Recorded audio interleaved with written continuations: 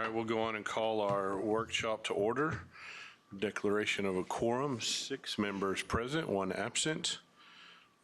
Hearing of citizens, public comment, anything? Nothing for the workshop. Brings us to item D. Number 1, consideration discussion regarding survey results from Basalis and Associates. Mr. Martindale.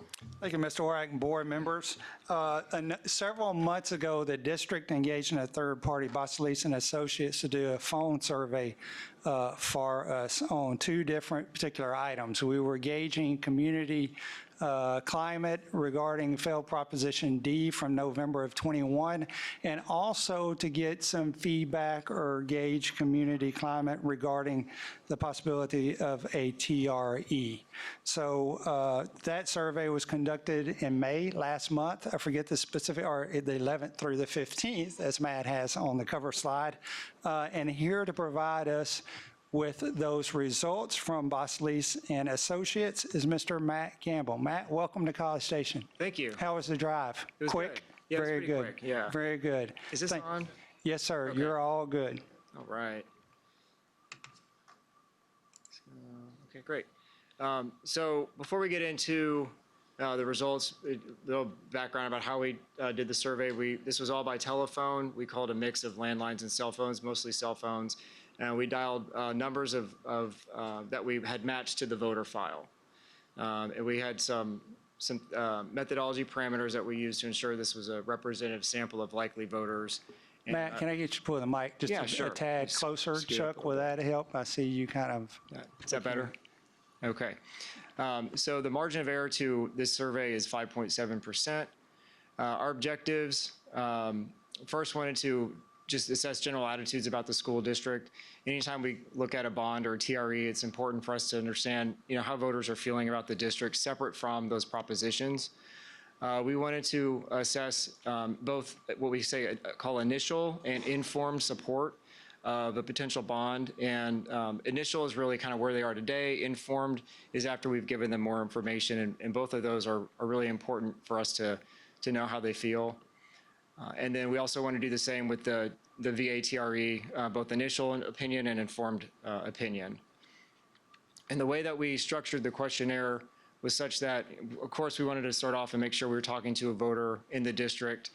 We had a couple general questions about their views of the school district. But very early in, we asked how they would vote on a bond or a TRE. And then after that, we gave them more information. And in a question-by-question format, we really did 2 things. We first tested support of particular elements of the bond or elements of the VA TRE, but then we also informed the respondent about what the bond or rate increase would be used for. And then at the end of the survey, we asked them again how they would vote on those measures. And in a way, this kind of models what happens in a campaign. You may choose to call an election, and that's your starting point. And the average voters aren't going to know what the bond is going to include or what the rate, why they're being asked to support a rate increase.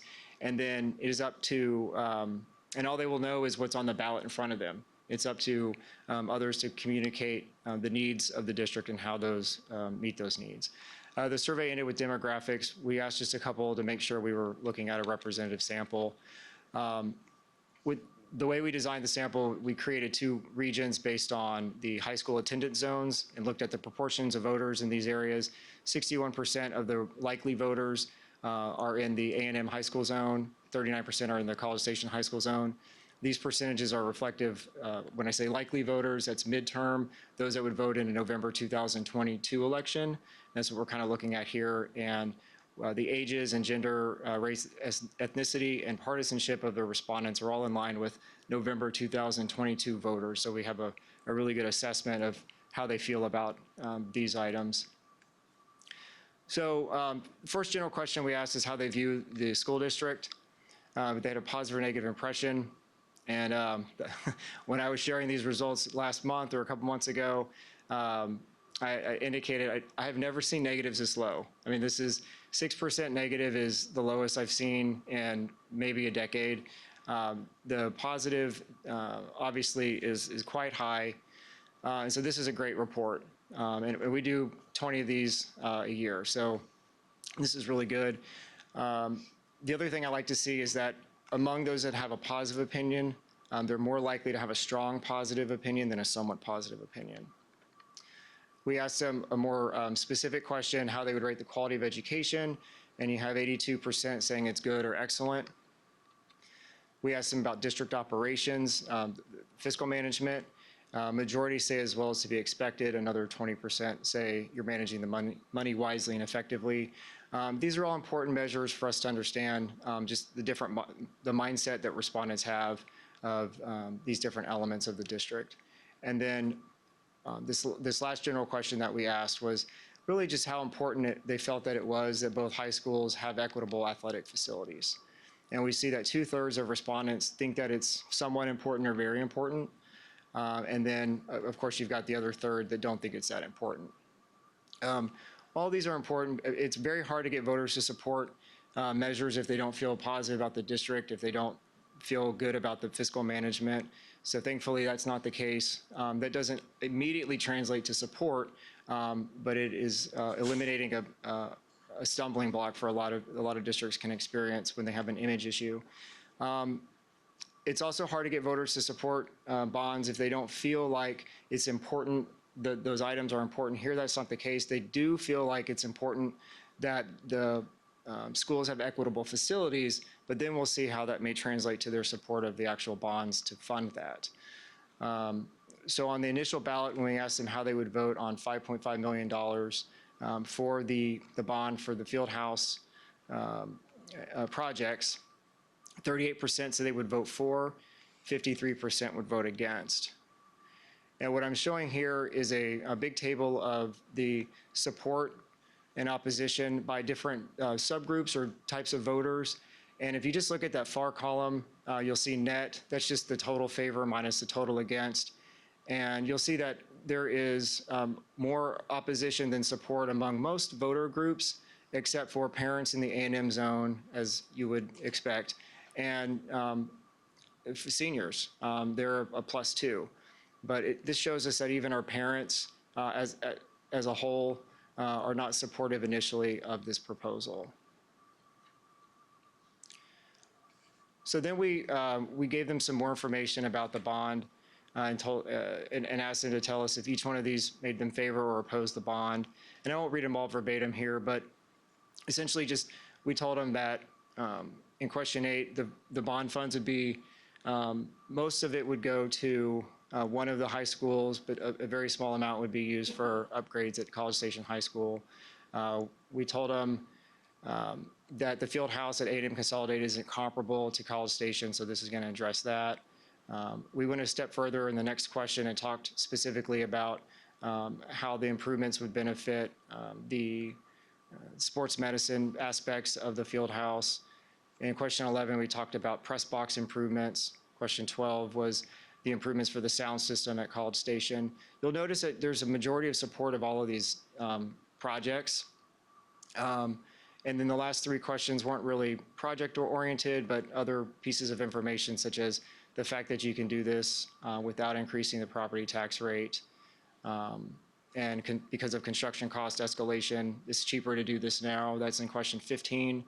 Question 14, we put in there to explain to the respondent why their ballot is going to say this is a property tax increase when it really isn't a rate increase. That's something that districts are having to deal with now with this change in the law. And so we put that out there so that we could then ask them again at the end how they would vote for these bonds. That is a property tax increase because that's what the ballot is characterizing it as. So after they got all this information at the end of the survey, 56% said they would vote for this and 40% would vote against. So there's a lot of really good movement between the initial and informed ballot just based on the information that they heard. The thing that I kind of saw as a potential kind of warning sign was that the intensity, those strongly for versus strongly against, is pretty tied. That tells us that we have about as many people that are really strongly passionate about this for it as against it. And those intensity measures are really important in elections because if you don't feel strongly about something, you might not go vote for it. You might skip over it on your ballot. So while it looks like we have a really great 16-point advantage on the total, it's a lot tighter when you look at those strong percentages. And we dig into some of the subgroups in just a moment. You'll see that is even a little more pronounced. When we look at, go all the way down to the bottom, that last row, when we look at the respondents that voted in the last November 2018 election, and they told us they also vote in all local elections. So those are the people that are really involved and the most likely voters. When we look at their intensity, it's 30 to 4, 33 strongly against. So that just tells us that among the most likely voters, after we gave them all the information we could give them, we were still losing on the intensity. And that just points to the challenge. It isn't to say that a majority of voters aren't supportive of it when they hear about it at the end. It's just when you look at the intensity and you look at the most likely voters, it looks to be a little bit more challenging.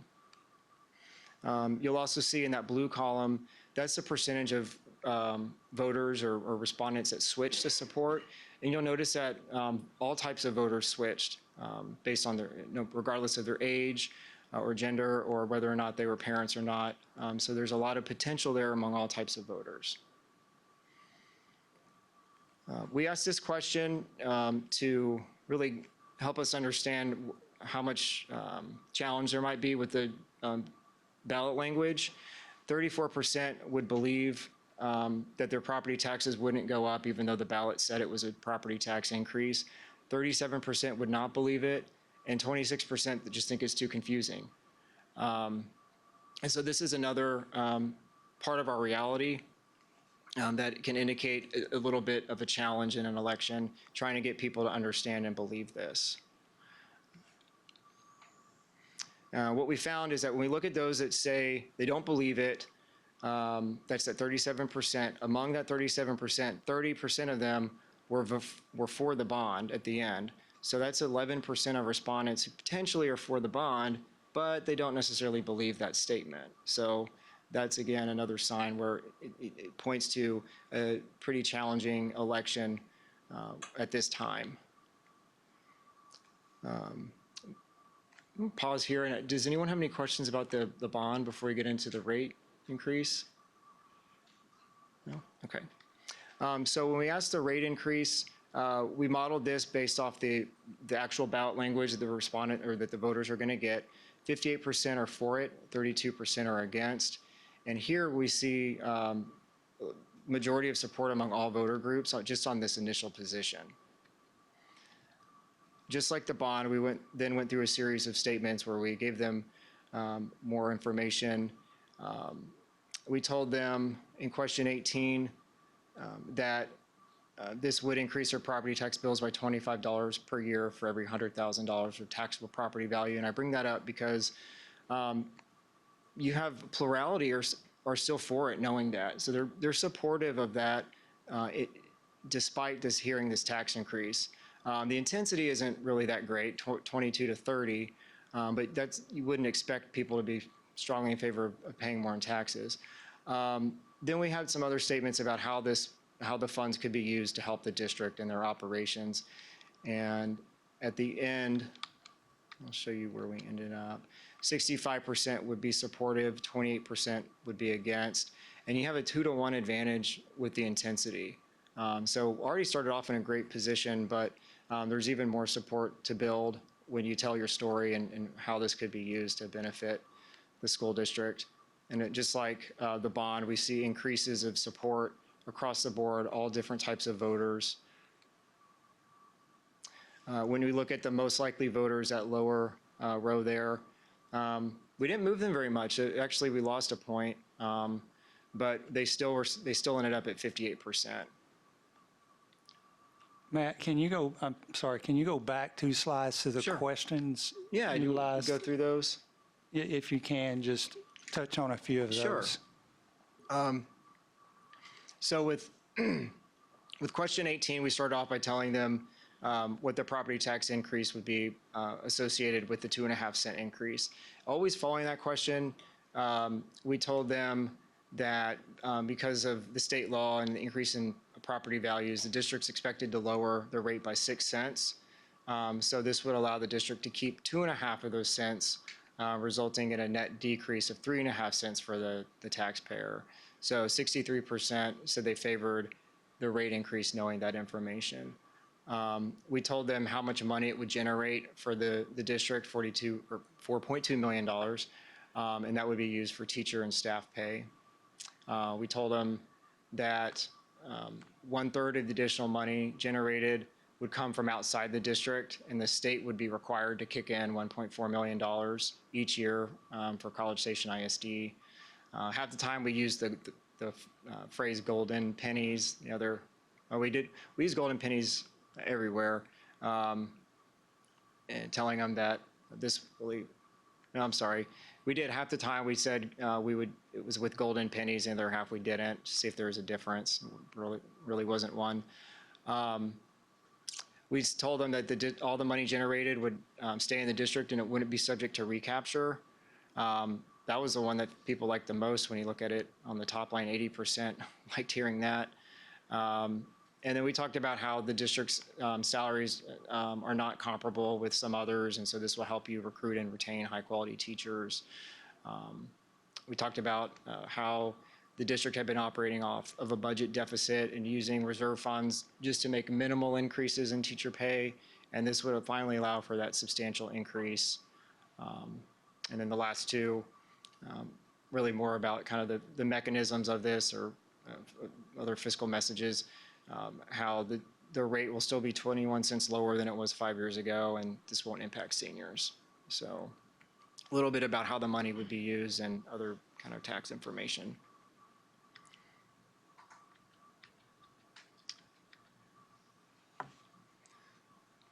Oh,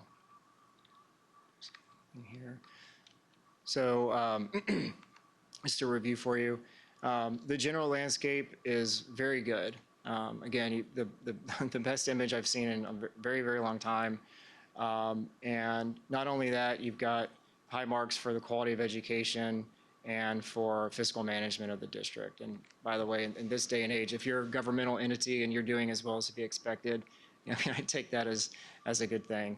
And it's also a good sign, I think, that the concept of having equitable athletic facilities is something that a majority of respondents want. The challenge is really getting them to kind of vote for that. When we look at the bond specifically, we start off with that 15-point deficit with support, but we do increase it to a 16-point advantage, which is great. But again, we had that issue really with the intensity among the most likely voters. We ran regression analysis, which really looked beyond the top line percentages and looked at what correlates with someone actually supporting the bond or the proposal. So a lot of times people might like a piece of your proposal, but they wouldn't vote for it. This looks at like what the best messages are that really have someone supportive of the proposal. And we were able to identify these top 3 messages. And again, I kind of mentioned this before, but it's just, there's a couple challenge indicators with this particular proposition at this point. Just again, by the fact that after we had a pretty captive audience with the respondent, they only heard the stuff we had to say and immediately responded. And when we aren't able to get them an advantage with the intensity among the most likely voters, that can be challenging. We also think the other thing to keep in mind is when you're looking at a midterm election and communicating information, you'll be competing with all the other campaigns, putting stuff out and inundating the mailboxes and television, and so that just makes it even more hard to get that information out there. For the rate increase, we start off in a really strong position and further improve that with more information. The best 3 messages we found there. First of all, just talking about how much money this is going to generate, how it's going to be used for teacher and staff pay, $4.2 million. One of the other great messages was how this is going to allow for this substantial increase in pay that you've been wanting to kind of do but haven't been able to do because of the budget.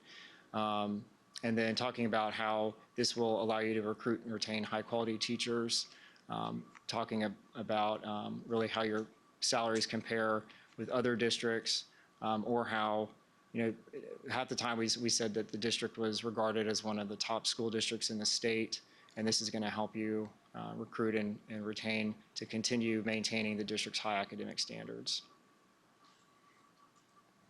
So the only caveat I put on this is, obviously, this is a snapshot in time, and some people, people may change their opinions based on other things that happen with the economy, national, local, world news events.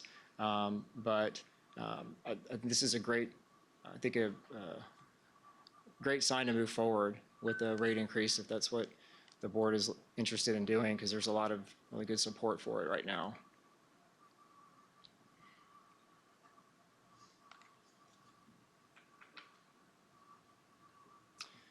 Anything surprising?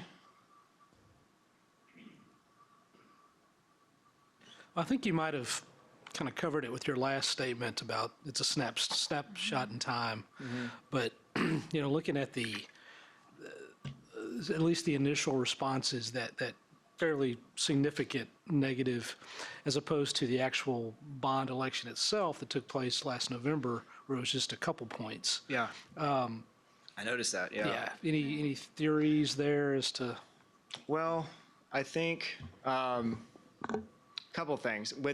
With a lower turnout election, that can, depending on how much work was done to get supporters out to the polls, you could have found that cross-section of voters that were really supportive of these things, and they could have all come out and made it a little bit closer than it would have been in had it been a midterm election or a presidential election where you really can't control the turnout. Your turnout's really controlled by the top of the ticket. That could be part of it, which just really is an indication of a lot of good work people had done to try to get things to pass. But it could be also changes in the economy as well. That could also have played a role. And also, we don't really know because we didn't ask it this way, but there could have been just the fact that it was just this one prop and not the others. Another factor could be a lot of these respondents may have known this just was up and was defeated and maybe kind of ready to move on. I can't really pinpoint one thing, but. And I suppose you can't, in a survey like this, because you're asking questions about the school district, you can't ask how they feel about this in combination with what the city is going to be doing, because we know that the city is going to have a bond on there. Yeah, you can't, I mean, you can, but it's really nothing that you can control. Right. So, we've asked that before, and you can, kind of cross-tab, well, who's in support of one or the other, but at the end of the day, the city's going to do what it needs to do, and the district's going to do what it needs to do. So typically, school issues or bonds are supported more than city. I don't know about here, but usually more favored than municipal and county-driven initiatives. Well, it was wonderful to see obviously the support for the school district, but also the TRE just in general. And every one of those questions, when you got dug into the kind of why we would be doing this and what what it means, every single one of them was more in favor, right? And pretty strong. All those 70 percentages have been in favor. So to me, that. Obviously it started out at the 58% positive, but giving these details behind why we would be doing it and what it would entail, obviously increased it very specifically on all those. So I thought that was very meaningful. Yeah, there's a lot of good movement. The other one question, when you break things down by the demographics, when you start with the overall, you said the 5.7% margin of error. Maybe and on the demographics, do you feel like you have that same margin of error? Do you have enough statistical significance for each of those subsamples? Some of them are pretty smaller samples than others. And we provided some data tables that will have the number of cases within those subgroups. So, you get to subgroups that are below 50 cases, you start getting into almost a focus groups type group. But most of the subgroups that we looked at have enough cases behind them to feel confident about like kind of which way they're going. But they don't have that, they don't each have the 5%, 5.5% margin of error. Some of them probably have a little more, right? Right, Right. yeah. Well, and I guess I was going to preface it with that, but then ask kind of how do you use those demographics moving forward, or how have you seen districts using those? Yeah. Well, the rate increase isn't the best example because everyone's just for it to begin with. But looking at like the bond, this is informed. What I would look at here, for example, with like the parents, if you see that you start off with a majority of parents for something, then that can kind of indicate, okay, well, our parents like it, we just need to get them to the polls. Well, here we see that we have work to do to make parents supportive of this before we want them to go vote for it. We have a lot of work to do with non-parents, and you can kind of compare initial and informed viewpoints and find out, do we have the potential to move this group of voters? And most all of these groups moved.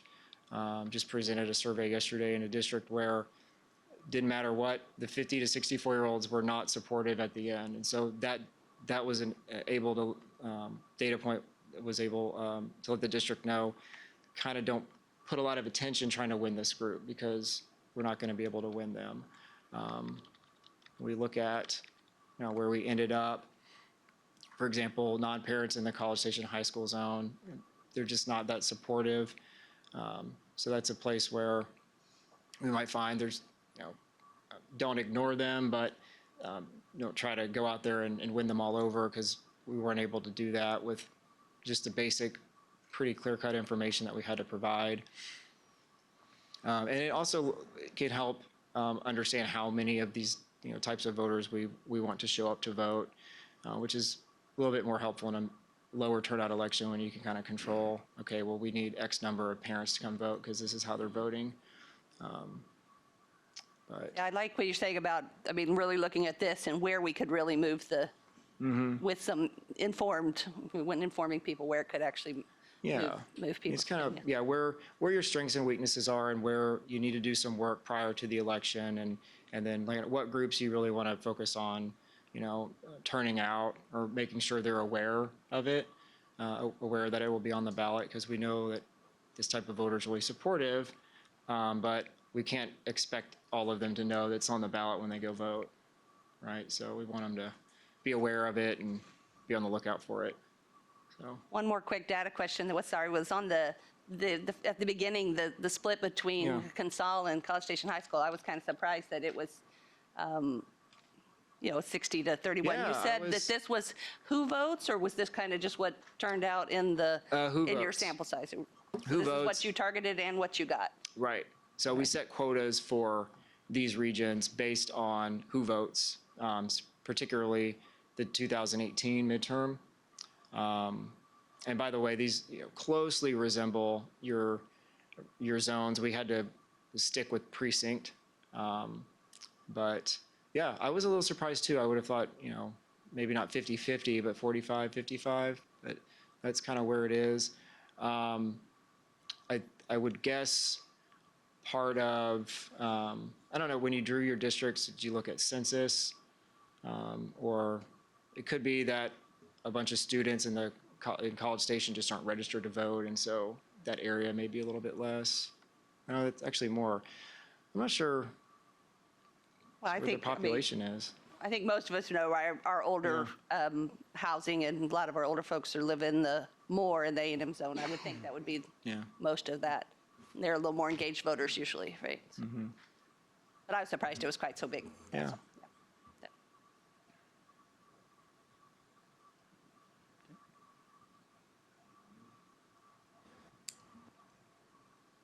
Wish the bond one was. Do you give recommendations? I don't typically, like to give recommendations because we liken ourselves to like X-ray text. This is the picture, and then kind of I would say if you want to move forward with the TRE, don't be afraid to move forward with it. If you want to move forward with the bond, do so knowing that it's going to be potentially more challenging than it was last time. We did get some good movement, but again, we've got to replicate that, what we did in the survey, with the voters in real life, and we're looking at probably 4 times the amount of voters now, than maybe even more, compared to who voted in May, who's going to vote in the November election, where people are going to be voting for governor and such. The turnout's going to be much higher. It means you have to talk to more voters, and it means it's going to take a lot more work. So I would never say don't do something, but it's going to be a challenge.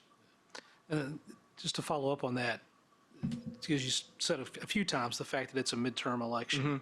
So potentially next November or in an off-year election, Or May. there'd be a greater chance of success, You have easier to educate the.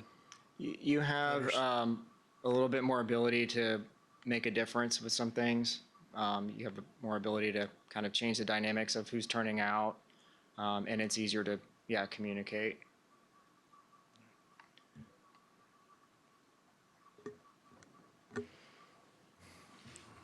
Anything else? Matt, we appreciate you making the trip, man. Yeah, it's my pleasure. Thanks so much. Thank you, Matt. Thanks. Appreciate it. All right, that'll bring us to item 2, consideration and discussion regarding the 2022-23 budget and compensation plan. Mr. Martindale. We have, surprise, our CFO, Ms. Amy Dross, to lead us through this agenda item. She's going to review, obviously, this in detail. That's what workshops are for. There are some action items associated with this information at the regular meeting later this evening.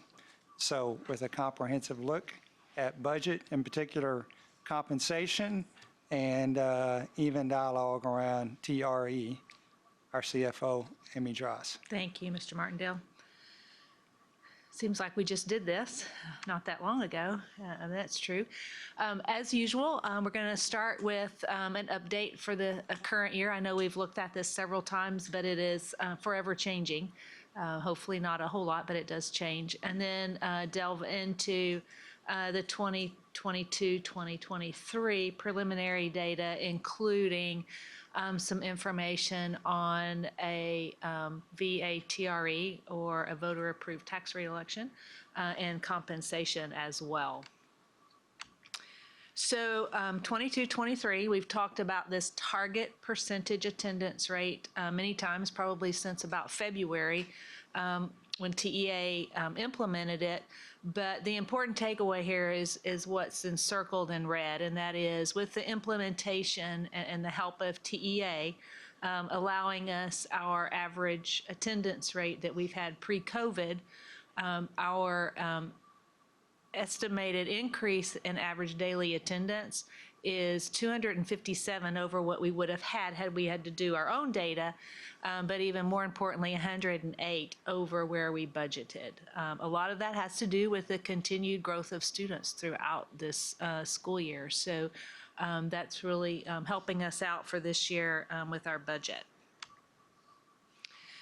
So looking at revenues, it really didn't change the bottom line much from what I shared with you a few weeks ago. But one thing that did happen early last week was the TEA announced an increase in what they call the available school fund allotment. And that is a portion of where they receive the funds to flow through to districts. And it increased quite a bit, from $402.42 to over $510. You would think that's going to help us, right? But in reality, what it did was it increased that state revenue line, but it also put us under recapture. And the net change is almost nothing between the two when you account for it. But we will have to report this in our budget amendment to make sure we get it in the correct categories. So that change really did not affect us. We are seeing a little bit of additional state revenue also, because based on that final data we got for this current year and where all of our program revenues are, our career and technology education area. We got the final numbers on there, and the student participation was higher. And so putting that in here reflected some additional revenue. Amy, the 2.1 is what? I'm sorry, 2.1. Million. 2.1 million, that is better than what we originally budgeted or that you adopted. On the revenue side. On revenue net of recapture. I go ahead and net that recapture because it's related to the state revenue. So net of recapture, correct. So then looking at appropriations, I look at the expenditures with recapture now in the correct category, but original budget had a $2.9 million deficit, or where appropriations exceeded revenue. I am estimating it'll come in at a minus 1.3 million. So that's very positive. That is the budget that you, based on the budget you adopted. So that's really what we can control. That's what we call operating revenues and expenditures. And then we are still dealing with the issues of the insurance proceeds and the expenses for the hail damage and the winter storm. So estimating that would be a net loss of about 1.4 million. A lot of that deductibles, but also unrecoverable depreciation.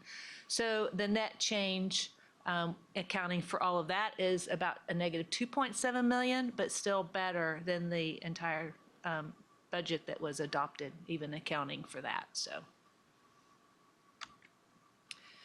So looking at fund balance, because as you can see, we have reduced our total fund balance, including this year will be for 3 years in a row. And so we want to monitor that very closely. That's like the district savings account. And we utilize these funds for the first at least 3 months of the fiscal year until we start collecting property taxes, because we have to continue to make payroll and those sorts of things. So we use that September, October, and November. So we start getting that substantial property tax revenue. But you can see it's declined for the past, after this year will be 3 years. So they look at our fund balance in the way of operating days of cash or fund balance that we would have. And in our financial rating, they're going to look at, does the district have 75 days of operating cash and fund balance? And I've estimated that to be about 26.7 million. Looking at total fund balance, I think it's going to end up around 32 million, but you realize we have some things committed. They're only going to look at unassigned, but we will be bringing probably a recommendation to you to make some switches between those once again, as we did in the prior 2 years. But it is important to keep that in mind because that is a indicator of our financial strength. It affects our bond ratings, it affects the interest rates you get on bonds and that sort of thing. So, I have a question about the bond rating. If we have 75 days versus, say, 81 days, does that change, or is that 71 kind of, or 75 days the top tier of the bond rating? I'm not sure on the bond rating. What they're going to also look at is long-term, because we're looking at the decline. What are our plans to bring this back to a positive situation, or where we're not drawing on fund balance? And that was my next question is, so if we keep going at the current, I think we have a pretty tight, like, well-articulated budget. We hit that 75-day threshold by 2024. So the 75 days is established by the Financial Integrity Rating System applied by TEA annually. The board receives that December, right around the That's usually time of when we have audit, our or public August? hearing. Okay. And it's a year late. So for this Right. particular year, we will not get it until next August, because they have to wait for the audit financials to come Take through. your audit and then they assign the rating. submission. So as far So you're as behind. bond rating, through the different bonds, and when I was CFO, and you do interviews with those folks, with Moody's or several different ones that rate, the question that is very consistent is, yes, what do you have in your fund balance and how many days is that? But also they look at your historical drawdown on the fund balance. So they look and see, are you dipping into it on the last several years, or are you putting some money in, or you're holding steady? So they do look at that information. That there's a multitude of other things, but it could ultimately begin to impact that rating. Now, something I want, and Amy, correct me if I'm wrong as I do the quick math on this, but from 2020, August 31, 2020, to where you're projecting us to close out for this year, so over those 3 years, I see a delta of 4.1 million draw on our fund balance, correct? Yes. Okay. So we need to reverse that. It's not a trend we need to continue. Yeah, it's not that That I'd is like to correct. continue. Correct. I think your point was 2 more years at the same rate, we'd Yeah. be hitting the, And I That, think that what allows, threshold that they're right. looking at. And that threshold's going to be going up, as we talked about. and I think the bond rating is very important because the success of the bonds we've been having allows us to provide that quality education, the quality facilities, and not have to dip into. So it's kind of like a double whammy. If we're dipping into our fund to do upgrades, Right. now we have to pass a bond to do upgrades. Well, and I go back to our May 31st workshop that we had, look at when this started to go towards the negative, pandemic, COVID, the, end all be all of what in the world are we going to do? And so here we are coming out of it, and now we have some options.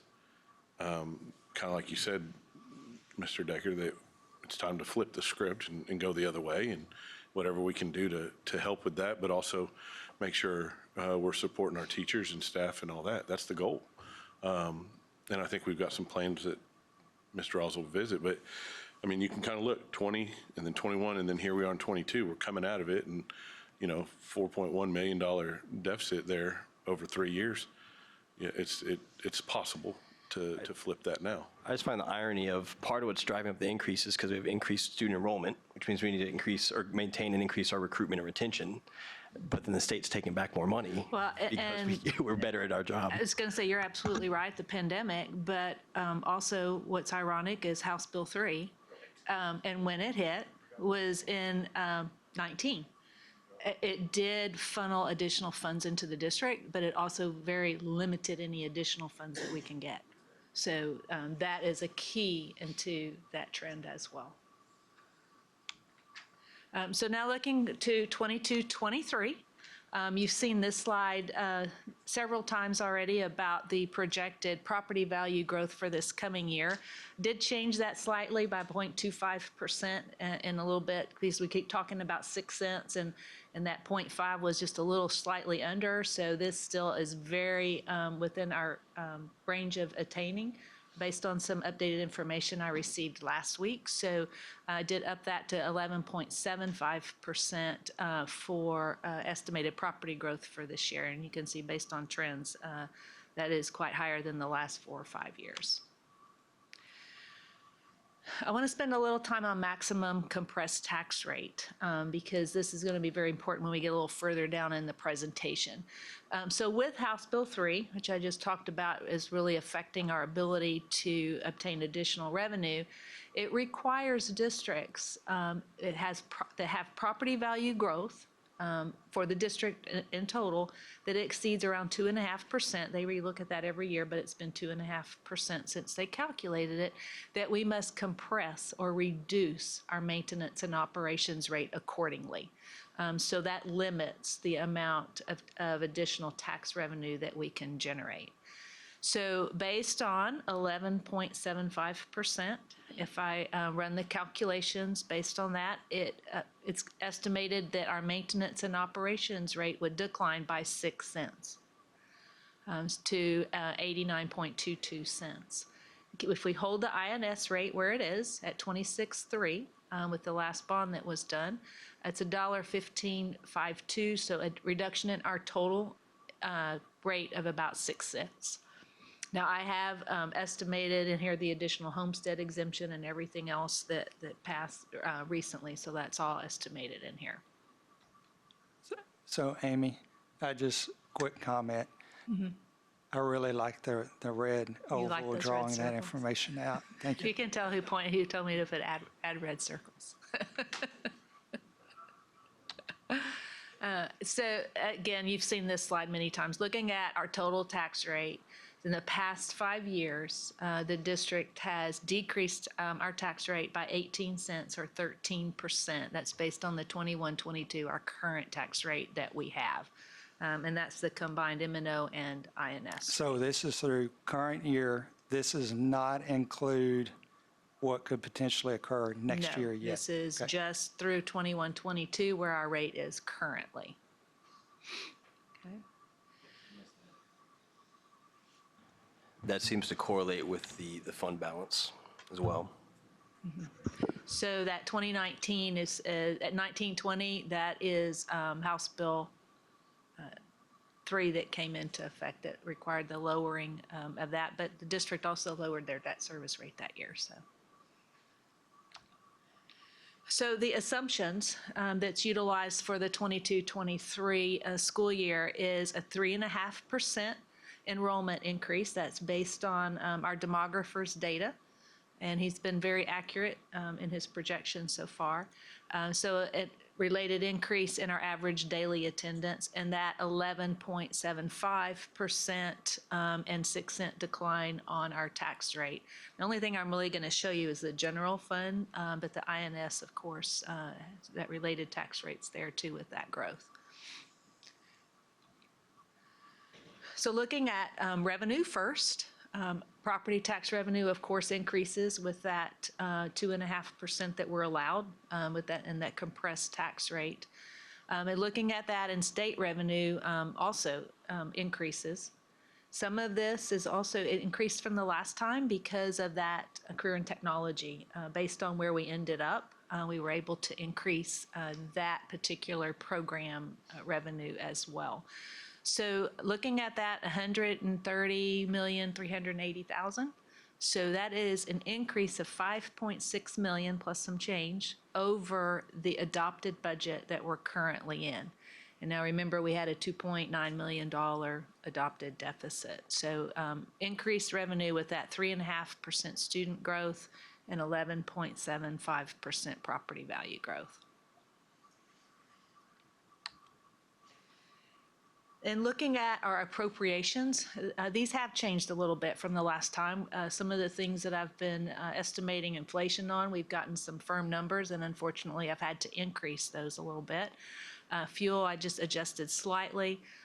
Property and casualty insurance, we should be getting some renewals in the next coming weeks. But the general contract inflation, the largest amounts here, we've gotten some firm numbers on the appraisal district and utilities. Those two alone are over 200,000 of that 295. So I had to add some funds there.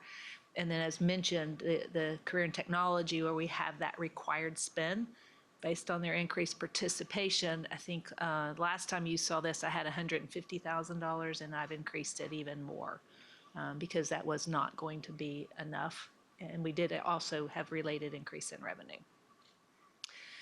So when I apply these adjusted appropriations to our base revenues, before we do anything additional for compensation, there's $1,086,000 available.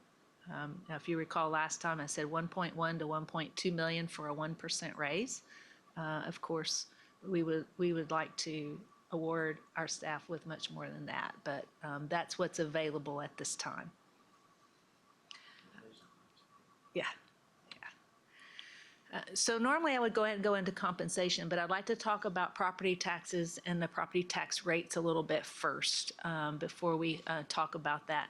This one is just a reminder that based on 11.75%, we are estimating the maintenance and operations rate to decline by 6 cents. That is the rate that supports the general fund. And we've talked a lot about a VATRE, or a voter tax ratification election. You will also hear me say a voter approved tax rate election. Those are used interchangeably, and I forget which one I normally use, so you'll hear me say both of those as well. So what is a VATRE? You heard the presentation a while ago that talked about the survey related to it, but it is a method by which school districts with voter approval can increase their maintenance and operations tax rate, thereby generating additional revenue. And the way the funding formula works, there's certain cents of that increase that not only do districts receive their property tax revenues, they receive additional state revenues. And for College Station ISD and the rates that we're going to be talking about, every penny would generate both tax revenue and state revenue. And just to reiterate again, that is not subject to recapture. Not subject to recapture either. None of the revenue and the pennies that we are talking about would generate or go to any type of recapture. Correct. It stays here, and in addition, the local additional revenue that would be generated requires the state, as Amy Right. just said, The state to presents kick in. And she'll show exactly what that number is here momentarily. And to me, that's the most important thing, because looking at that survey, they trust the administration with the use of the funds, as opposed to us spinning it up in Austin. We get to use it the best way that y'all have been doing it since 2019. So how would a VATRE and that compressed maintenance and operations rate that we talked about, how would they work in conjunction? So the blue arrow indicates what would occur with that mandated tax compression, with the 6 cents going from 95.22 cents to 89.22 cents. But if the board so chose to order an election, then the rate that would be called, that would lower by 3 cents instead of 6 cents, if the board chose to do the recommended 3 cents that we're going to talk about in a minute. So instead of a 6 cents reduction, there's a 3 cent reduction to our taxpayers. Amy, for clarity, that's based on 11.75% Yes, sir. growth. Yes, sir. So any additional growth in property values would compress the rate. If go TRE and it goes to the voters, it would compress the rate beyond just 3%. Yes, The it would. district would simply be asking for 3 pennies. Right. And based on 11.75%, we're still reducing by 3. Correct. So it's possible that you could reduce by even more if values come back at 12.5%.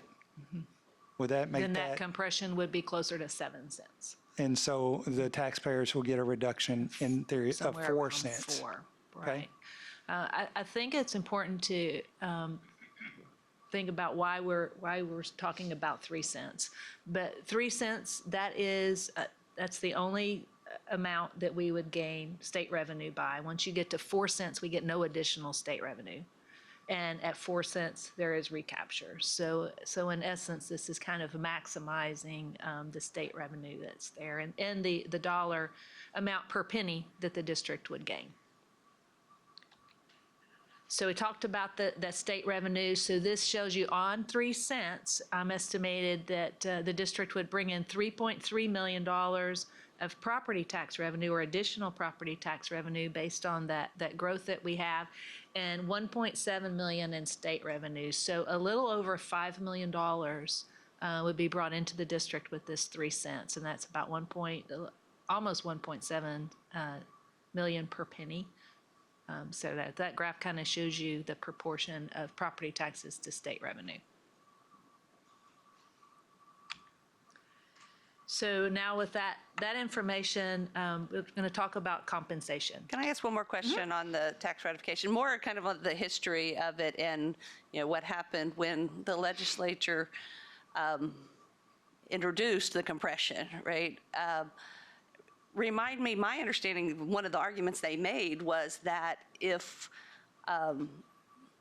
local communities wanted to get some of that money back, that really the state was limiting, that this is the method that they suggested to get that money back, or one of the methods. They were putting it back on the local communities. But even before House Bill 3, we could not go up. Then your base was $1, and you could go up to $1.04. Anything above that needed voter approval. So that concept was still there. But I think then what they did was they forced the tax rate down, utilized state revenue to make up that difference instead of adding that state revenue to the total available, is kind of the way I look at it. Right, so I understand it was still an Yeah, you're option still very previously. limited in how you, and in the tax rate that you set. Anything above 4 cents above the state base that they set had to have an election. But am I wrong that they also said when they put compression in place, remember you have this, you can always go to your voters to Correct. increase? That is correct.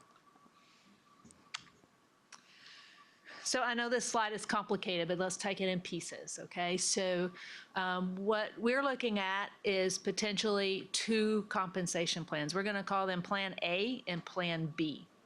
So I'm going to talk about Plan A, this first one right here. Plan A would be, in what we're going to present, effective with the original budget that's adopted whenever you adopt in August. It will be effective beginning with the employee's contract or employment agreement for the 22-23 school year. Some of those start July, some August or September, depending on the length of the contract. It would take the beginning teacher pay from $47,725. The salary increase for teachers, librarians, and RNs, those that are on the salary schedule, would be 2% increase from what their base currently is. And I'll show you a salary schedule in a minute that will help explain that. So a 2% increase from what their current base salary is. For all other staff, also a 2%, but it would be based on pay grade midpoints. The district has done raises based on midpoints for the past several years, and administrators the same way. So this is what we would call Plan A, and would be implemented with the budget that is adopted. Plan B, which we'll also be talking about later in the regular board meeting and ask for approval on, is contingent upon the Board of Trustees ordering an election, tax rate election, and it passing in November of 2022. If that so occurs, then that would be effective again with the beginning of their 22-23 salary. It would go back to that if everything passes. The beginning teacher pay, coming in with no experience, would go to $49,600. Salary increases for teachers, professionals, clerical, and auxiliary would be 4%, an additional 4% on what was already done. For the salary schedule, that would be 4% from their 21-22 base salary again. For the professionals, clerical, and auxiliary, an additional 4% of their midpoint of their pay grade, and for administrators, an additional 2%. So then looking over here, if both are implemented and successful, we would calculate back pay to the beginning of their contract and award that to the employee. And then their future payments would, of course, be adjusted to that new salary as it's annualized. That beginning teacher pay, as I said, with compensation Plan B would be $49,600.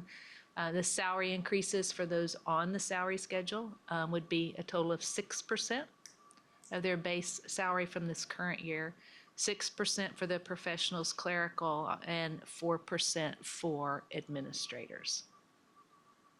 And then I think it's important to note that also included in this compensation is some adjustments to pay grade minimum, midpoints, and maximums based on the market.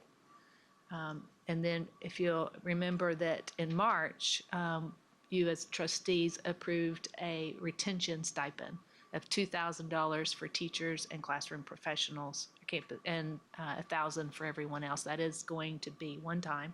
It'll be split into half, but it's only for 1 year, so it's not included in these numbers up here. So Amy, also by considering an AB like this, and that's the way the action is being requested at the regular meeting, doing it this way makes, if it's approved, the additional raise in November with the board elects to call a TRE and it's approved by voters, adopting both of these at the same time then allows us to make that new salary TRS eligible. Yes, that's what we've been Correct. told. As long Okay. as the Board of Trustees authorizes and approves rate increases before contracts begin, that they are TRS eligible. So in summary, this is just kind of the, for all but administrators, 2% under Plan A, an additional 4% under Plan B. That would be a total of 6%. And for administrators, it's 2% plus the additional 2 for 4. Okay. The $2,000 retention stipend, if you looked at that on the average current teacher pay, is about 3.8% of average teacher pay. But we've not calculated that in these percentages because those are one-time payments. Well, I think that's what, with this TRE, that's enduring. Pardon? That's an enduring increase, right, Yes. of revenue. That becomes then, when we talk about next year, when we talk about our base budget, these So then going numbers are back to the included slide, in there. if we were burning, I think it was like 2.1 year over year, we're losing right now. But then we generate 2.3 net. Mm-hmm. We recapture, we get back to 2019 by 2024. It looks like Plan A, given the previous discussion we had back in March and May, Plan A is like a minimum. I mean, token is being generous. We have to raise our pay. So Plan B gets us up to competitive, which gets us to a A-plus plan. Well, and That's what we hope. We like we it's hope to stated- be able to reward our staff. like it's stated down there, that the eligible teacher that qualifies for the $2,000 retention is getting, for next year, just short of a 10% raise, in a sense. Under both. With a TRE. With and the voter TRE, approval. yeah. Well, I'm sorry, with Plan B. With Yes, sir. Plan B, A With Plan and B, B right. implement. So And that gives it some meat. Sure. So let's talk about cost, okay? So Plan A, it's estimated that for all the pay groups with the adjustments that we've talked about that needs to be made to the various pay groups, the minimums, and then focusing on some of our paras and auxiliaries, is a little over $2.4 million is the cost for Plan A. That's the 2%.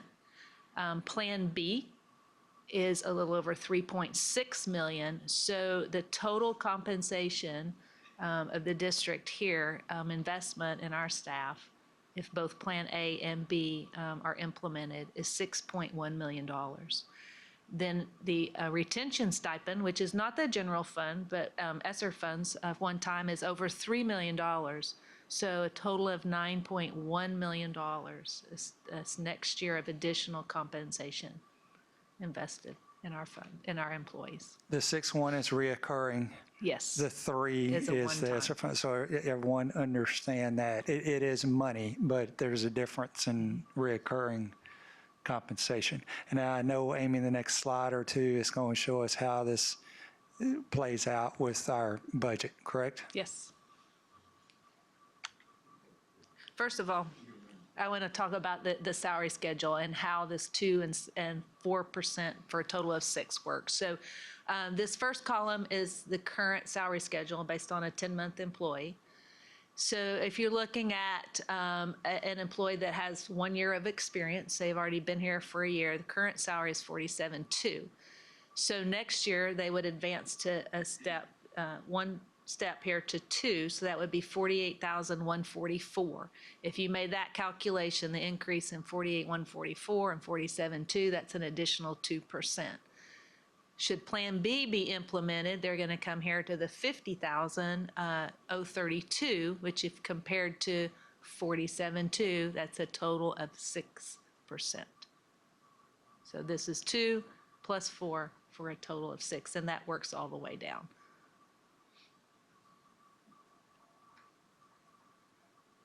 Make sense? So I do have a question. So if approved in November, you mentioned back pay. Yes. So it's August the 25th would be the first half of retention stipends. The second half I think I remember seeing in January. January is our plan date. So somewhere in between November, the election date, if passed, the board so chooses to call one and the voters approve it.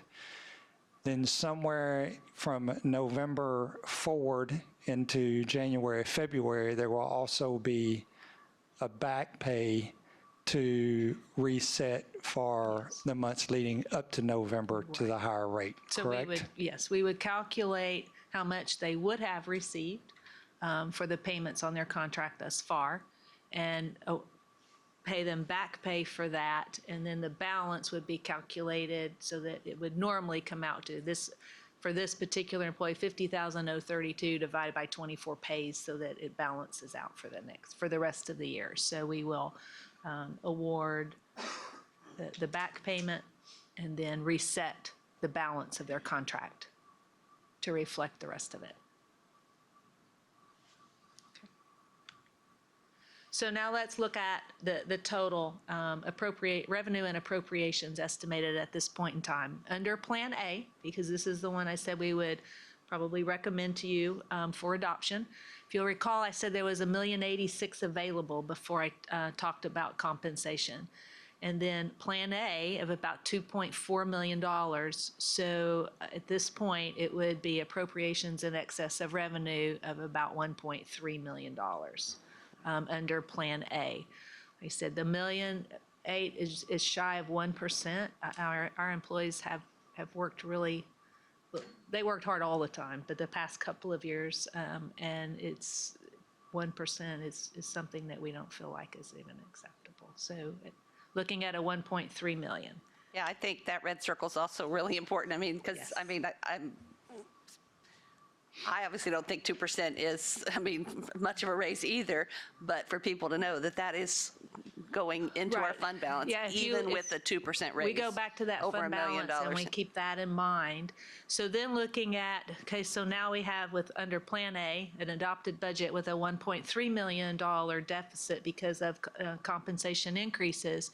If the VA TRE is called and is successful, an additional $5 million, and then the additional cost for compensation Plan B of $3.6 million, we have a balanced budget. In review, so we were going to drop the rate 6 cents less, but by asking the voters to give us 3 cents back, they're really investing and they're generating $5 million. It's a hell of a return for 3 cents per person. Yeah, I mean, and you realize it's not just taxpayer money, it's state money as well. Right. Well, and that's 1.7 million off of 3 cents. It's a Yeah. 54% return that beats the market, kills inflation. And I think more importantly, the thing that stuck with me throughout this, and I don't know what percentile, I just know it's the top, that we're looking at that MAPS data, that recovery from COVID, that's why we moved back here, my family at least. I think that's amazing. That needs to be recognized. And 2% is token. But I think given the stuff we saw from base lease, I think the battery makes sense, both from a fiscal and a recruitment or retention point, and for my part, from a reward standpoint, because I think we outpaced everybody as far as that recovery.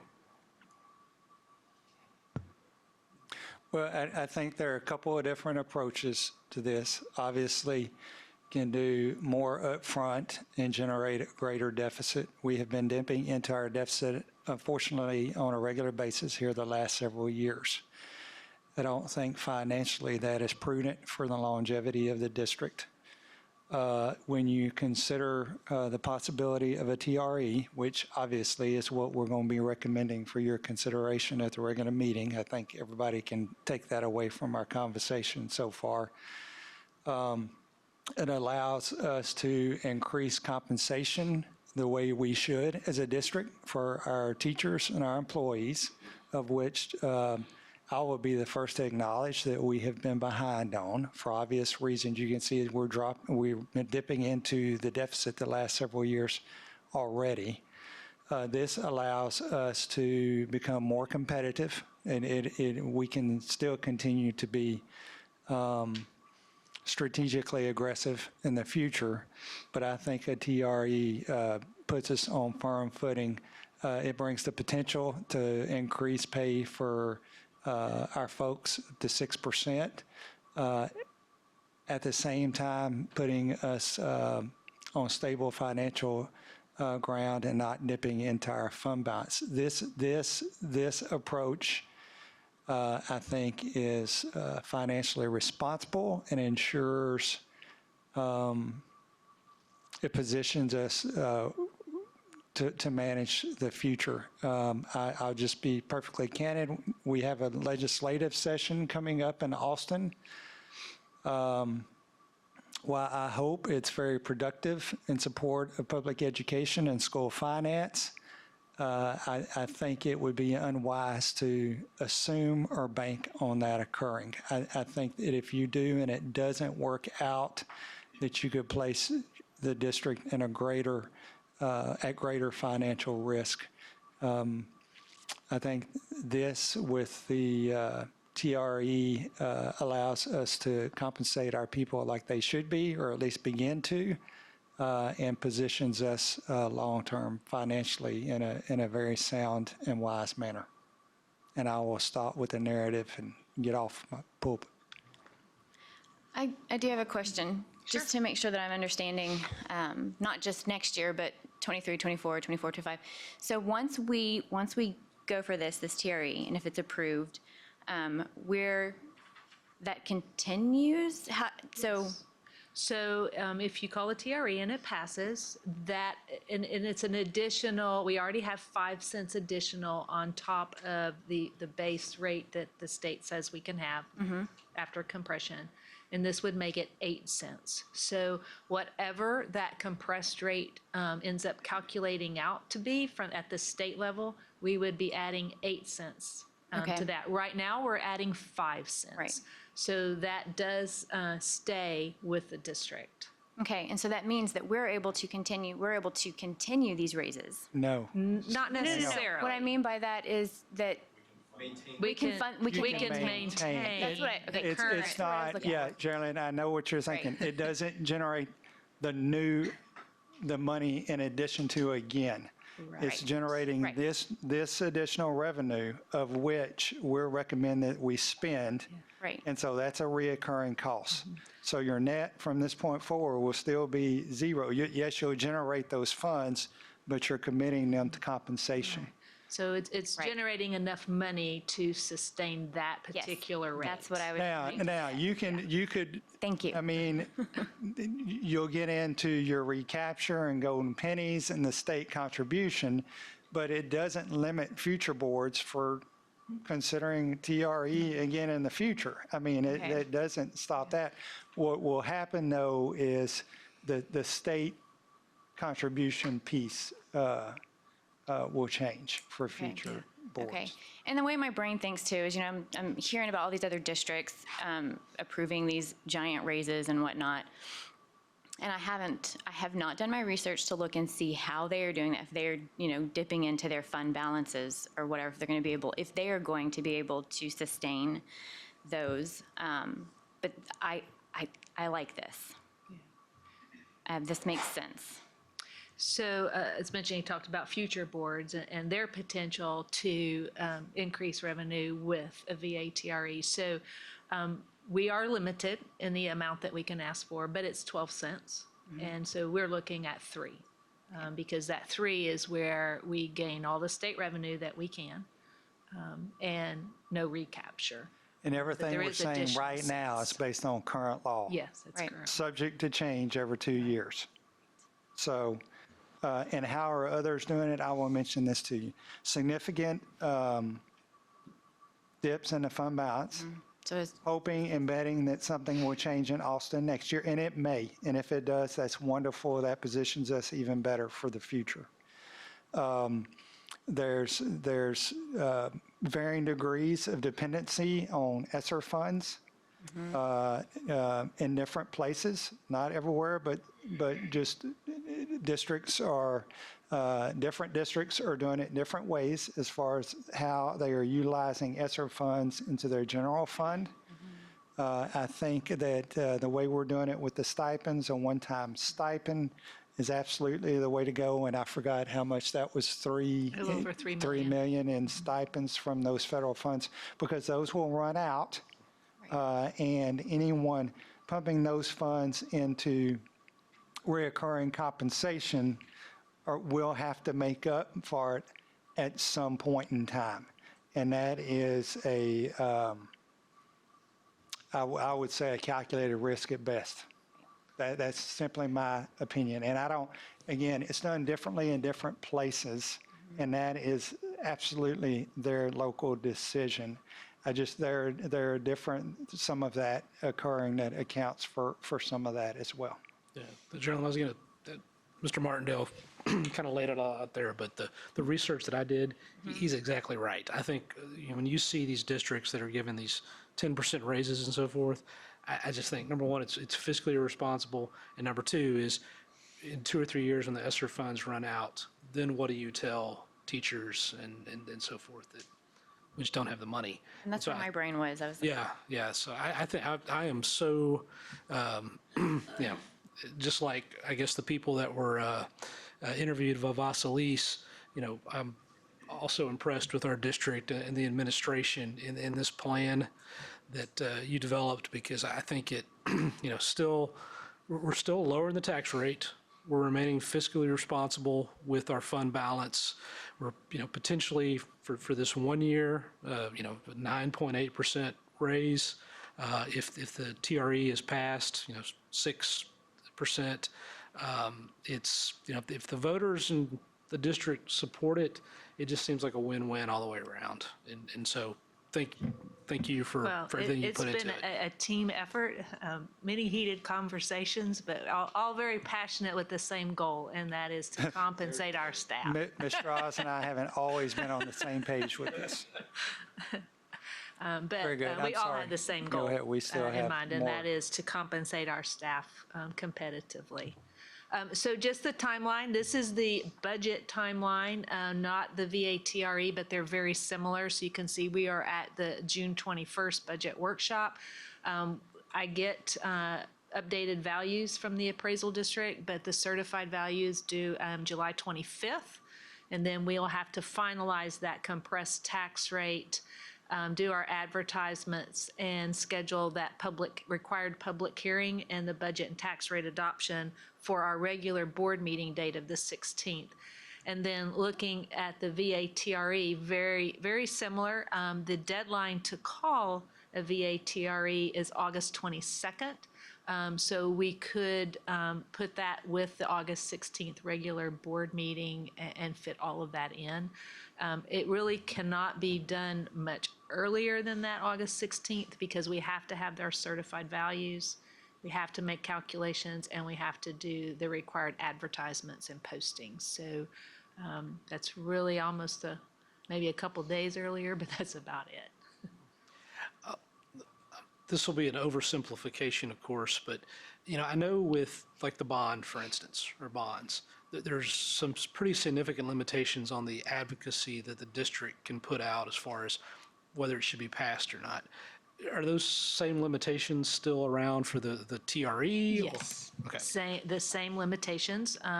We can provide factual information and encourage people to go vote, but we can't tell them how to vote. I think, Mr. Ben, something on this that struck me as we explored was the ballot language. And Vasilis kind of showed you the ballot language regarding a TRE versus the ballot language relative to a bond. It's a little different.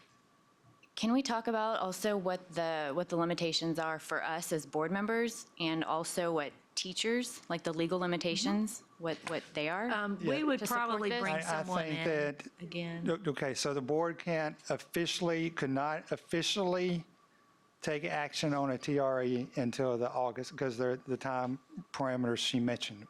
Later at the regular meeting, we are asking to approve the compensation plans and a resolution that says if TRE is called, that all the funds will be used for employee comp. So all the things to position us accordingly at the regular meeting. But the board can't officially do it until August because of the required timelines associated with calling the election. Okay. Okay, so I think when that occurs, that's, where, of course, the board takes makes this decision, I'm making the assumption this is where we're trending. I think after that, then it becomes a time To have that for us to have that conversation, educate ourselves and everyone on the parameters and what can and can't do, and begin that work for a November election. Okay, So- I would very much like that. All those words to say, I think that will come later. Okay. Any other discussion or questions? Thank you. Everybody good? Mr. Rawls, we Thank you, Amy. appreciate the info.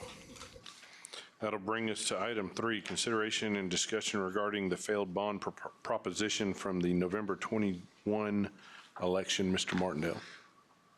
Thank you, Mr. Horak and board members. May 31st, we had obviously a budget workshop, and then we sat down with the members of the bond committee that pulled together the November 2021 bond, those that were available to attend. And we just kind of did a review of data with them regarding May bond elections for school districts and athletic referendums. We shared a little bit of the Boss-Elise information. Of course, you just got the full report from them and had some conversation with that group. There are several of you here that were a part of that. Mr. Glenn Winkle led that meeting. He's going to just kind of provide us an overview of that information, just to update and educate those members that were not a part of that bond committee, just for us to reference as we have conversation regarding our failed Proposition D from last November and how we plan forward. Mr. Glenn Winkle. Thank you, Mr. Martindale. Mr. Horak, members of the board. Like Mr. Martindale said, this is information that we presented to the 2021 bond committee. This was, I can't remember the date, Mr. Martindale, but it was several weeks ago. May 31st. This May 31st. And Mr. Glenn Winkle, if you can speak into the microphone, we appreciate it. I can hear. Had that one coming, I suppose. I'm done for tonight. Thank you very much. This is a bit of a scaled back version of that, and so we'll just kind of dive into it. What we're going to talk about this evening, we're going to review our bond election results briefly. We'll review statewide bond results from November of 2021, and since then we've had another election cycle. So we'll review the May 2022 statewide bond results. Briefly go over the third-party voter survey results as was presented earlier this evening, and then talk about other factors to consider moving forward, and then any discussion you guys may have. But as you, just a little bit of history, our community has been very supportive of our bonds in the past, passing them at a very high rate prior to this past bond election. There were some changes that happened during the 2019 legislative session, specifically Senate Bill 30, which was a law that dealt with how school districts could go forward with bond elections. One of the things in that law was certain items had to be voted upon in their own proposition. And in this instance, that would be Proposition D that we're speaking about, which has to pertain with a stadium of 1,000 seat capacity or more. And then also it indicated that this is a property tax increase must be included, that language, exact language in bold and all caps must be included on each, the language in each proposition. These are our results from our 4 referendums on the ballot in November. Again, our community, when you see the statewide passage rates here in a second, this shows that our community, again, was very supportive of our bonding efforts, with 3 of the 4 passing. Just a bit of a, I think I've showed you guys this before right after the election, but just a bit of a reminder, there are 34 official voting precincts. We're not talking about the places where you actually go to vote in College Station ISD. These are the plots of property within the school district that are divided up with voters inside of each one of them. 21 of those precincts had 10 or more votes. There are several precincts in College Station ISD that have no voters. It's just the way the precincts are laid out. In November of 21, there were 7,043 ballots cast for our bond elections, which is 10.7% of our almost 66,000 registered voters in College Station ISD. And those, the for and against numbers here, do not calculate the undervotes, which is where people vote on some part of the ballot regarding other elections, but don't vote for your particular referendums. Of the 21 precincts that recorded 10+ votes, propositions A and B, all 21 of them had at least 50% of the people within them vote for it. Proposition C, if you recall, which was for the natatorium, 18 of 21 precincts voted for Proposition C. Proposition D, which was the renovations to the A&M Consolidated Fieldhouse, the vast majority of that was for that. There was about $500,000 for renovations to the press box and a small amount for both sound systems at both of our comprehensive high schools. But 6 of 21 precincts voted for that. Our 10 largest precincts are shown here. All of these precincts have at least 200 voters within them. And this just kind of shows you how many voted for, how many voted against each of the 4 propositions, the total number of votes, and then the percentages for each of those 10 largest precincts. And I'll just let that sit here for just a few seconds so you guys can look at it.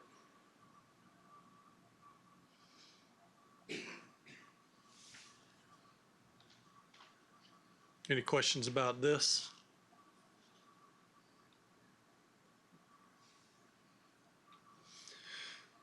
Let's move into the statewide election results from November of 2021. There were 63 elections with 111 propositions. 51, the pie chart on the left shows that 51 propositions, 45.9% were approved across the state. The chart on the right shows what was approved in dollar amount. So 60% of the dollar amount that was put in front of voters statewide was approved in those 45.9% of the propositions that were approved. Just breaking that down a little bit more, like I said, 63 elections, 36 of them were single prop elections, 47% of those were successful, 27 multiple proposition elections with 75 total props, 34 of those 75 were successful at a 45.3% clip. And then there were 21 elections with 44 propositions that were estimated to not increase the tax rate, and 34.1 of those percent of those were successful. When you look specifically at propositions related to athletic facilities, 22.6% of those 31 were successful, with one of those being our Proposition C, which was the natatorium improvements at $2.97 million. So we can look at this same data from May to give us 2 points of reference. There were 124 bond elections statewide in May with 205 propositions, almost double the number from back in November. 50.7% of those propositions were approved by voters at a dollar amount of a little over $10 billion, 63% of the money put forward towards voters. Again, the same numbers, the 124 elections, 52.8% of the single prop elections were successful. Of the 133 propositions in multiple prop elections, 49.6% were successful. And then there were 62 props that were estimated to not increase the tax rate, and 71% of those were successful back in May. I think the word is starting to get out around the state regarding the ballot language. 54 propositions back in May related to athletic facilities. 19 of those at 35.2% clip were successful And I just put a few of them in there that were kind of similar to what we were doing or were larger dollar amounts. Everything that's not on here is a smaller dollar amount than what's shown. And then here's just a chart that kind of compares November to May. Before Senate Bill 30, bonds were passing statewide. Between 70 and 80% of them were passing. And so relatively, May is larger than November. The percentage passed by a bit. But if you look back to before Senate Bill 30, those numbers are still really low. You guys just saw a whole bunch of this information, but I'll just show you again, just with the high school stadium renovations. This is the survey that Basilise and Associates did for us. The initial ballot showed 38% were in favor of it, and then the informed ballot showed good movement, with 56% being in favor of it once they were informed. And then again, as Matt said earlier, their key findings show that I'll just read it right from their key findings. Passing a bond in November 2022 will be challenging despite a majority of support on the informed ballot, and those indicators include that 15-point deficit right there on the initial ballot, the narrow advantage in intensity on the informed ballot, which is the 32% strongly versus the 29% strongly on the informed ballot, as well as the difficulty in informing a large number of voters in a midterm cycle.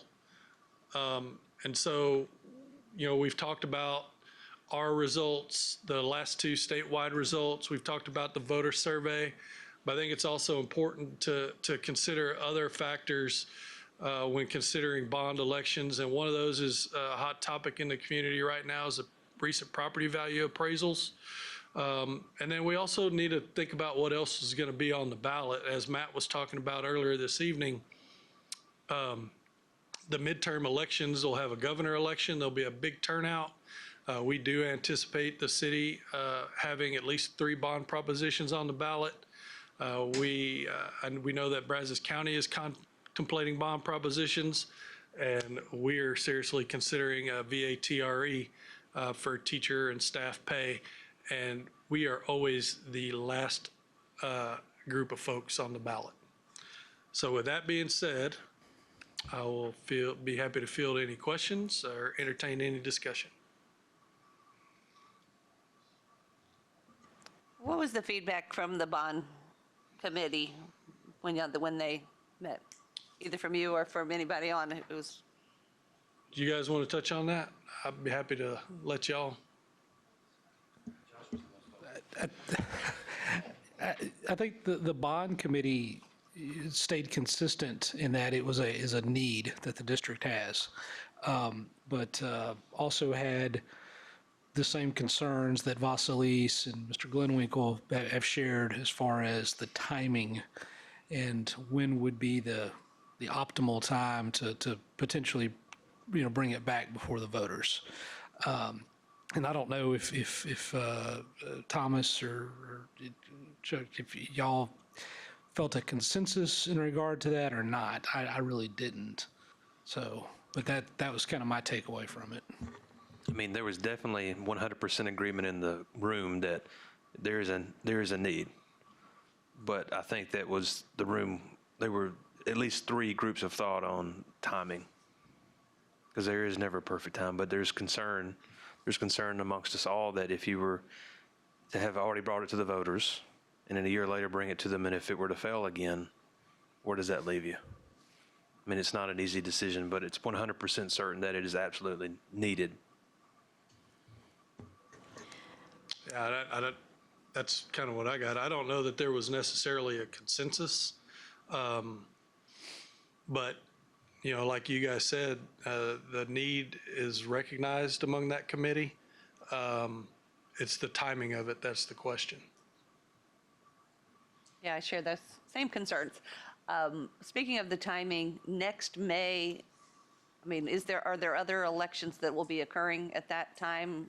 Yeah, what's going on?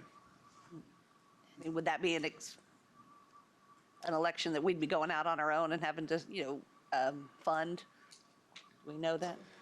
Oh, I see. Well, yeah, there would, the more, I guess, more cost efficient would be in November because we are likely having board elections and there are other elections. So from that standpoint, And obviously, this May, there were other things going on, but, Right. but if it's an off year, I don't know if there'll be anything else going on next May. I'm not sure of the answer to that. I can certainly Find look out, into it. yeah. And something I get asked all the time from people, community members is, okay, so put it on the ballot. If it fails, it fails. Put it on the next one. I have an answer for that, but I mean, let's talk about that since that's something that, people think about. They're like, so it fails, just put it on again. I don't want to be a district that's in the business of failing bonds. Mailing bonds, right? I mean, that's what I always say Yeah. too. I mean, we've all said it, and Mr. Martindale has said it. We wouldn't have had it as a bond in November of '21 if we all didn't agree that it was A need. something that was needed. And so that's why it went there. And unfortunately, the results came out the way they did. And it is now trying to figure out the next play, the next game plan for that and what that looks like. Because there are a whole bunch of things in the future for the district, near future for the district, that we're going to probably have to consider beyond this. And it's, do you wait for that opportunity and put that together? Or do you, like you said, Ms. McAdams, look at May? Because, you can't, I go back to what you said, Ms. Nolan. You can't just keep going and putting them back on and crossing our fingers and hoping everything works out. I mean, we don't have a crystal ball. I mean, I think I can stand up and say, I didn't think it was going to fail in November of '21. And I think a lot of people can feel that way. And so it was a shock to everyone. But the play might have to be where it's a strategic placement more of it than a strategic plan. And so that's what we've got to figure out and kind of go from there. Clearly, just like they said, Matt said earlier, I mean, we know that the hurdle is getting information out. And in a midterm election, there's going to be a lot of competition. And getting that information, the correct information out often enough and to the right people, it's a big hurdle. No, I mean, I agree with all you said, Jeff, about, I mean, again, the feedback from the committee, was on there because it's a need. So I personally want to see it happen, but the question is, how do we best make it happen? And I was quite disappointed with the survey results. Like you pointed out earlier, Jeff, Josh, that they're actually worse than the election before. So it's, I really was not expecting that to come Yeah. from the survey results. I really wasn't. I was a little taken aback tonight seeing all of that. I think there's a couple of approaches. I agree with what I think I'm hearing from the group. I have reservation about November for a number of different reasons. I don't want to get into the habit of filling bonds. It's going to be a significant turnout, a lot of things on the ballot. We have our other entities that will have bonds on the ballot. We're at the end. We've been talking about a TRE. We need to take care of compensation for our employees. We absolutely have to. We're falling behind. Yes, Prop D would not have been there if it wasn't a need, and the need still exists. So I think what we have to, I say we administration and share with the board, is just come up with the best strategy as to how and when we address that with a future bond. It was my intent through the course of next year, or the fall and into the spring, was to have a really kind of a comprehensive facility study by a third party. We had one, I think the last was in 2019 with VLK. We don't necessarily have to use VLK, but a third-party entity to do a comprehensive facilities review for us. And we can use that information with a future bond planning committee and look at something more comprehensive from all aspects and the need associated with Consolidate is not going away and will absolutely be a part of that conversation. So I think that we can do that work in conjunction and kind of plan accordingly for the future. Now, whether that would be next May, which probably would be pressing, wouldn't be impossible, or the following November of '23, I think both of those would be conversation pieces, just as we kind of take a look at our facilities as a whole. That is just where I am as I sit here today. And I think if it would please the board, I could certainly look into what a May election might look like, what that would mean for us as a school district. Again, it's just one more piece of information in the decision. And then, Mr. Martinell, let me ask you this question. If we were not to call another bond in November or May or whenever, it's been my understanding that the district has taken some steps to, although we're very limited on the space part of it, but maintenance and improvements to the field house or some of those are planned? So a vast majority of that bond was added square footage for sports medicine training area. And that is where the millions of dollars of price tag is the addition. We've done and are planning, and through the course of this summer, some cosmetic updates, and those are simply aesthetic type things that are occurring there. No, what we can manage within our general fund, nothing to the tune of what $5 million bond would do. And Mr. Bardell, I would assume if we're looking, if not November, if May or November of next year, and you're calling a committee together that could identify additional needs at Consolidated that would not have been included in the original prop if it were to be forth in November. That could absolutely be part of the conversation.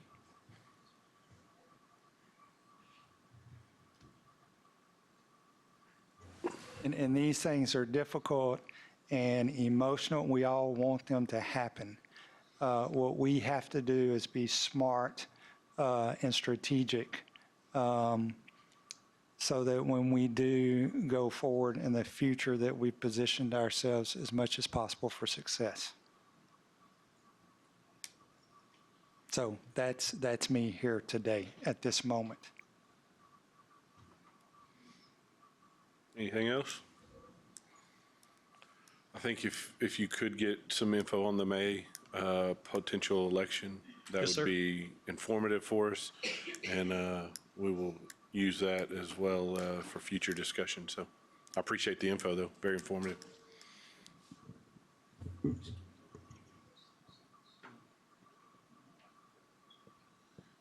All right, if that's it, that will adjourn us from the workshop.